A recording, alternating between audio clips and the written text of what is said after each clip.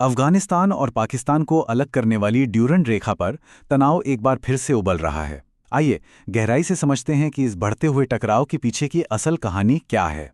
वे सब के सब वहां से भाग निकले। ये शब्द कहे गए पाकिस्तानी सैनिकों के लिए एक हालिया झड़प के बाद। और ये कोई मामूली बात नहीं है।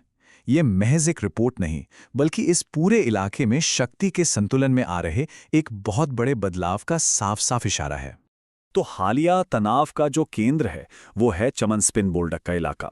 यहाँ दोनों तरफ से इतनी जबरदस्त गोलीबारी हुई है कि हालात बहुत ही नाजुक हो गए हैं। देखिए, ये कोई अचानक हुई मुठभेड़ नहीं थी, बल्कि ये एक सोची समझी प्लान की हुई कार्रवाई थी, जिसमें अफगान बलों ने रात के अंधेरे का फायदा उठाया और पाकिस्तानी फौज को पूरी तरह से चौंका दिया। इस हमले का नतीजा काफी चौंकाने वाला था। अफगान मीडिया में तस्वीरें आईं कब्जे में लिए गए हथियारों की, और इस बात पर खास जोर दिया गया कि पाकिस्तानी सैनिक अपनी पोस्ट, अपना साजो सामान सब कुछ छोड़कर भाग खड़े हुए। ये समझना बहुत जरूरी है कि ये कोई एक दो दिन की बात नहीं है। इस विवादित दुरंड रेखा पर अब झड़पें लगातार हो रही हैं और पहले से कहीं ज्यादा हिंसक होती जा रही हैं।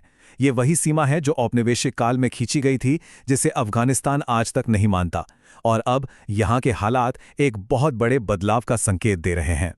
तो सवाल ये उठता है कि आखिर ये इलाका इतना खास क्यों है। देखिए, चमन स्पिन बोल्डर क्रॉसिंग ये सिर्फ जमीन पर खींची एक लकीर नहीं है, ये एक बेहद अहम रणनीतिक पॉइंट है।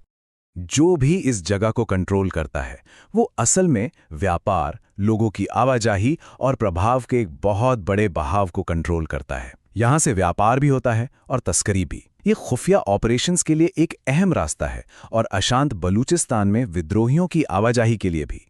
इसी वजह से ये संघर्ष का केंद्र बना हुआ है। अब इस बढ़ते दबाव के जवाब में पाकिस्तान ने एक कूटनीतिक मोर्चा खोल दिया है। पाकिस्तान की रणनीति अब ये है कि वो दुनिया को दिखाए कि अफगानिस्तान आतंकवाद को पनाह दे रहा है। इसका मकसद साफ है, तालिबान सरकार को अंतर्राष्ट्रीय मंच पर अलग थलग करना और खुद को एक पीड़ित के तौर पर पेश करना। लेकिन क्या यही पूरी सच्चाई है?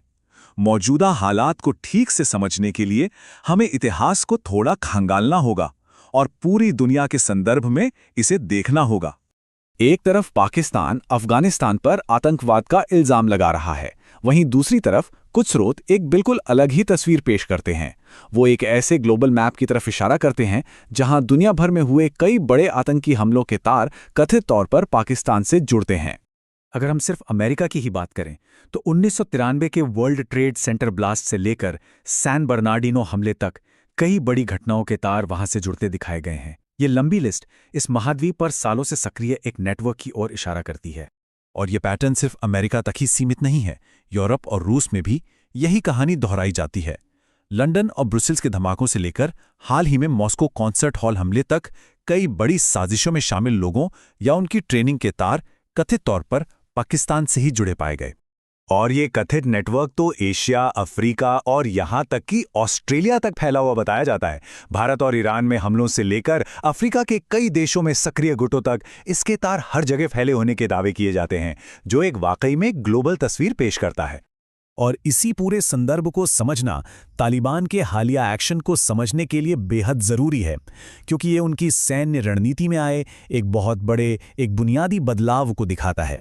अब तालिबान सिर्फ जवाबी कार्रवाई नहीं कर रहा या अपने इलाके को नहीं बचा रहा, अब वो खुद हमले की पहल कर रहा है, आक्रामक हो रहा है और पाकिस्तान को मजबूर कर रहा है कि वो सिर्फ प्रतिक्रिया दे।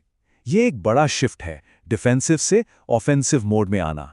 तालिबान इस वक्त पाकिस्तान की एक कथित कमजोरी का फायदा उठा रहा है। वो ये जानता है कि पाकिस्तान की फौज सऊदी अरब और कतर जैसी जगहों पर तैनात होने की वजह से कई मोर्चों पर बटी हुई है, और इसी का फायदा उठाकर वो हमला कर रहा है। तो यहाँ एक बहुत बड़ा और गंभीर सवाल खड़ा होता है।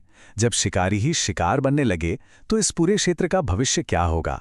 जैसे जैसे पाकिस्तान अपनी ही बनाई ऐतिहासिक नीतियों के नतीजों का सामना अपनी ही सीमा पर कर रहा है, पूरे दक्षिण एशिया की स्थिरता दांव पर लग गई है।